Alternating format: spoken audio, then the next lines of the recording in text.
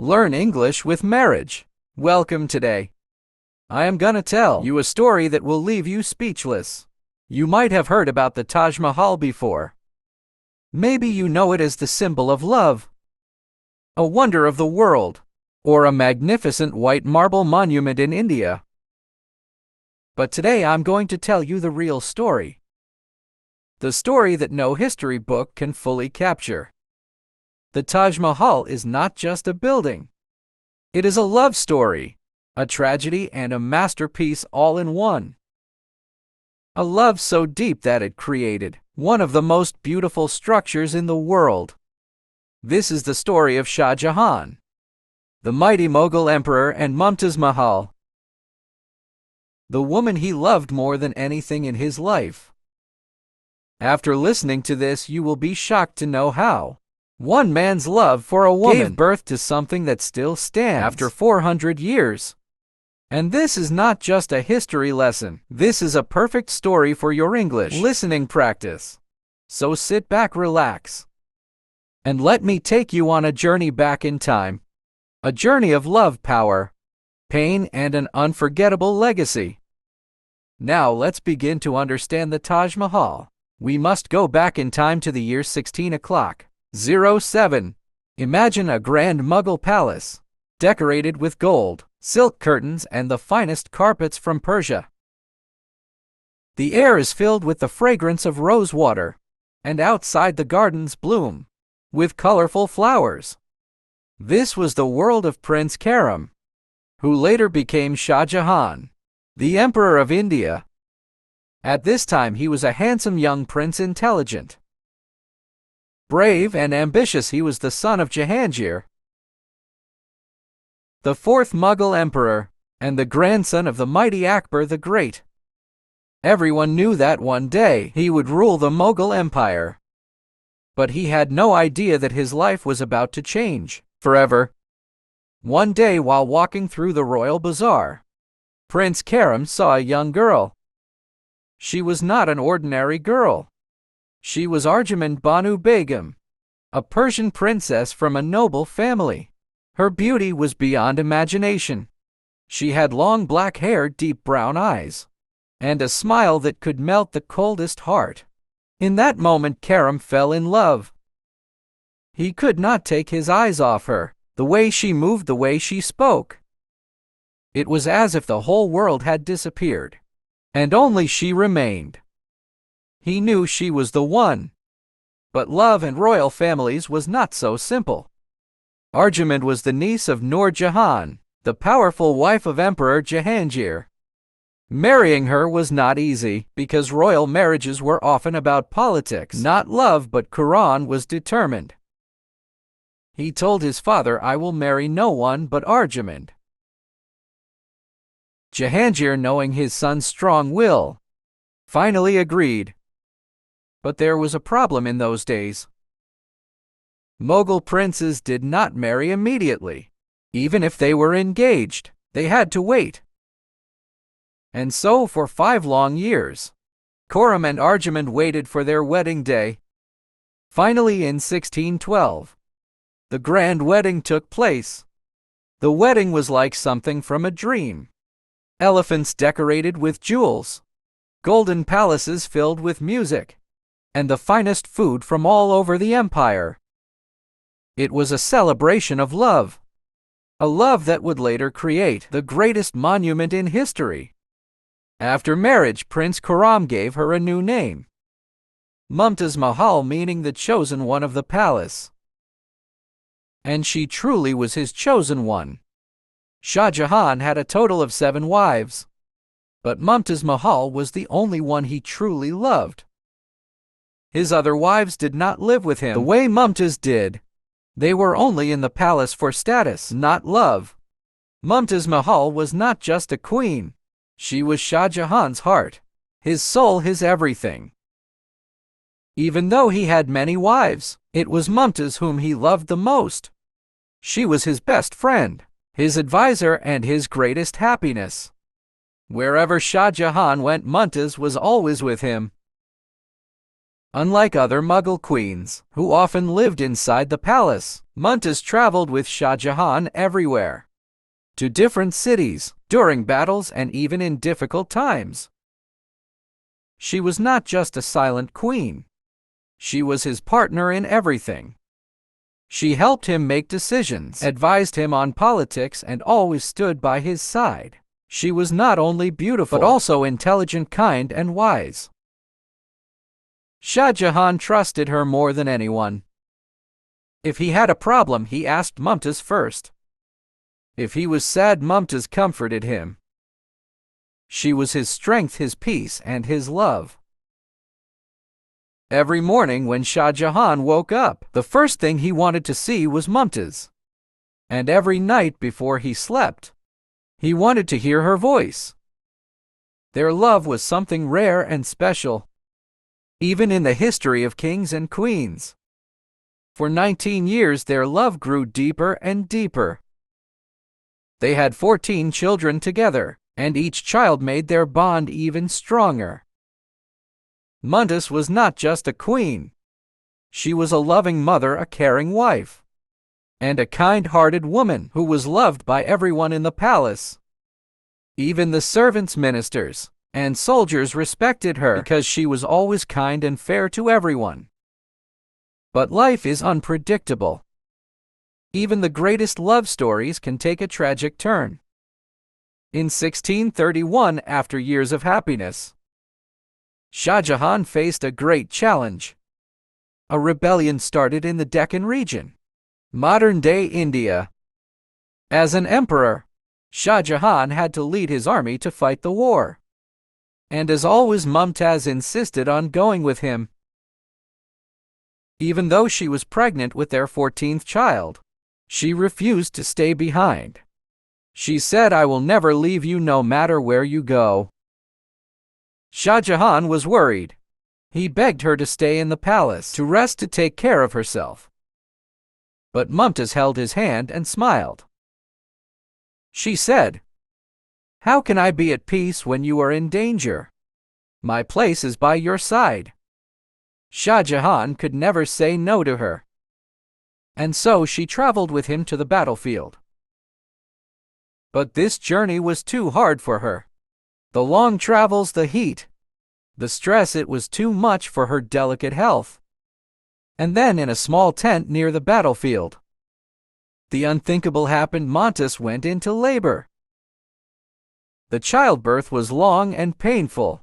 The doctors and nurses tried everything, but something was wrong. After hours of agony, she gave birth to a beautiful baby girl. But Mumtaz was very weak. She could barely open her eyes. Her body was too exhausted to survive. Shah Jahan rushed to her side. He held her hands tightly, his eyes filled with fear and pain. Mumtaz, struggling to breathe, looked into his eyes one last time. She whispered, "Promise me you will never forget our love." Shah Jahan, with tears streaming down his face, said, "I swear, my love, you are my heart, my life. I will love you forever." And then Mumtaz took her last breath. She was gone. The woman who was his world, his happiness, his love was gone. Shah Jahan broke down. He refused to believe it. He held her in his arms, crying like a child. The mighty emperor, the ruler of a great empire, was now just a man who had lost the love of his life. The entire palace fell silent. Ministers, soldiers, servants, everyone wept. The news spread across the empire. People could not believe it. Mumtaz Mahal was gone. The love of Shah Jahan's life, the woman he cherished more than anything in the world, had left him forever. The once powerful emperor was now a broken man. He did not care about the empire, the palace, or even his own life anymore. After Mumtaz died, Shah Jahan locked himself in his room for 8 days. For those 8 days he did not eat. He did not drink, and he did not speak to anyone. His ministers, his sons, his daughters, everyone tried to comfort him. But he refused to see anyone. He just sat there in the darkness, holding Mumtaz's last piece of clothing, whispering her name. On the 9th day, his ministers begged him to come out. The empire needed him. His people needed him. But Shah Jahan no longer cared about ruling. When he finally stepped out, people gasped. The strong, handsome emperor they knew was gone. His black hair had turned completely white. His eyes were swollen and red from crying. His face looked pale and lifeless. The man who once ruled with power now looked like a living ghost. And then he made a decision that shocked the empire. He said, "I will build a monument that will make the whole world remember Mumtaz Mahal. She will live forever through this monument." This was the beginning of the Taj Mahal. Before Mumtaz died, she'd made one last request to Shah Jahan. She whispered, "Bury me in a place so beautiful that people will come from every corner of the world just to see it." Shah Jahan swore that he would fulfill her wish. At first, her body was buried in a garden in Burhanpur, where she had died. But this was not the final resting place she deserved. Shah Jahan began searching for the perfect location. He wanted a place that was peaceful, grand, and worthy of their love. And then he found it: Agra, near the Yamuna River, a place where the river's reflection would shine on her tomb forever. And so he moved Mumtaz's body from Burhanpur to Agra, where the greatest monument of love would be built for her. Now Shah Jahan had only one purpose in life: to build the most beautiful monument in the world for Mumtaz Mahal. But this would not be just any tomb.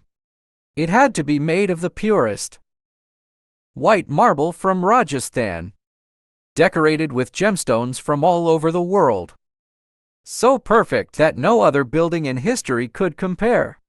Shah Jahan called the best architects, engineers, and artists from across India, Persia, Turkey, and Central Asia. Shah Jahan had promised to build the greatest monument of love, and he did, no matter how much it cost. The Taj Mahal was built using materials from all over the world: white marble from Makrona, Rajasthan, India; jade and crystal from China; turquoise from Tibet; lapis lazuli from Afghanistan; sapphire from Sri Lanka; carnelian from Arabia; diamonds from Golconda, India; gold, silver, and pearls from all over Asia and Europe. It is estimated that the total cost of building the Taj Mahal was 32 million rupees at that time. In today's money, that would be more than $1 billion USD. It was the most expensive structure built in that era. Over 20,000 workers worked day and night for 22 years to complete it. But the most mysterious question is, why is it called Taj Mahal? The name Taj Mahal has been a mystery for many. Some historians believe it comes from Mumtaz Mahal, the name of Shah Jahan's beloved wife. Taj means crown in Persian. Mahal means palace in Arabic. So Taj Mahal means the crown palace. A fitting name for the monument of the queen who ruled Shah Jahan's heart. But others believe it comes from an ancient Hindu temple that existed at the site before. Regardless of its origin, one thing is certain: the Taj Mahal is the ultimate symbol of love. But while this magnificent structure was being built, something terrible was happening in the royal family. One of the most shocking and controversial claims in history is that Shah Jahan had an unnatural obsession with his own daughter, Jahan-Nara Begum. Jahanara was Shah Jahan's favorite daughter, born to Mumtaz Mahal. After Mumtaz's death, Jahanara took on the role of First Lady of the Mughal Empire. She was intelligent, beautiful, and had great political power. But there was a dark rumor. Some historians believe that Shah Jahan never let her marry because he wanted her for himself. Yohanara never married. She was treated like a queen, unlike his other daughters. Some historians claim Shah Jahan had an inappropriate relationship with her. But there is no solid proof of this. Only theories and speculation. What is certain is that Shah Jahan adored Jahan-e-Iraq, and she was the only person he truly trusted in his final years. But soon he would lose everything. Shah Jahan had 4 sons, but the fight for the throne was brutal. His sons fought a deadly war against each other. For power, the strongest among them was Aurangzeb, a ruthless warrior and a man of strict Islamic beliefs. Unlike his father, who loved art, music, and beauty, Aurangzeb was a cold-hearted ruler who believed in military power and religious control. He hated the extravagance of the Taj Mahal.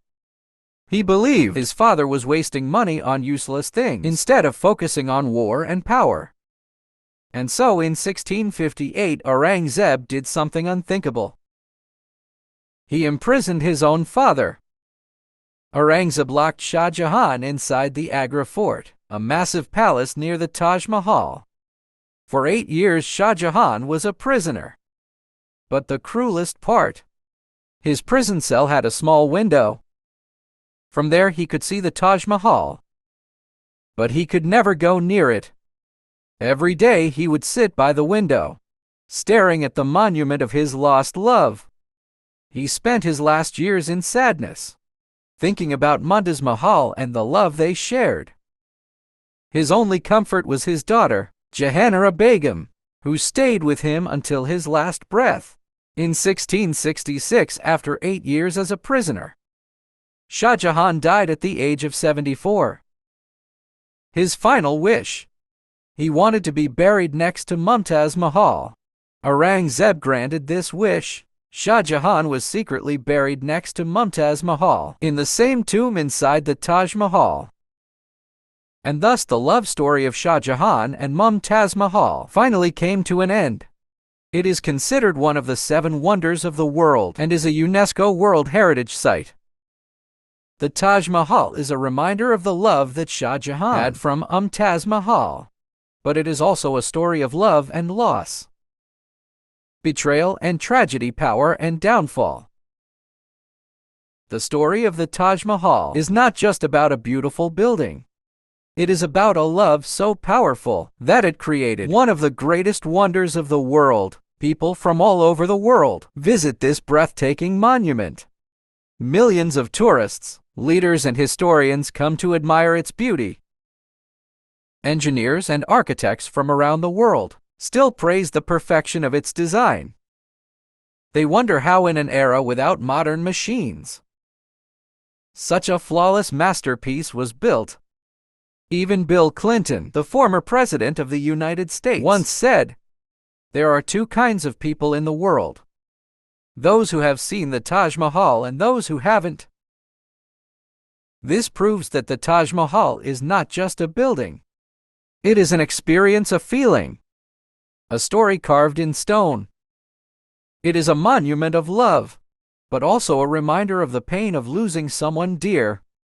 It is eternal, it is unforgettable. It is the Taj Mahal, and that is why the Taj Mahal will live forever.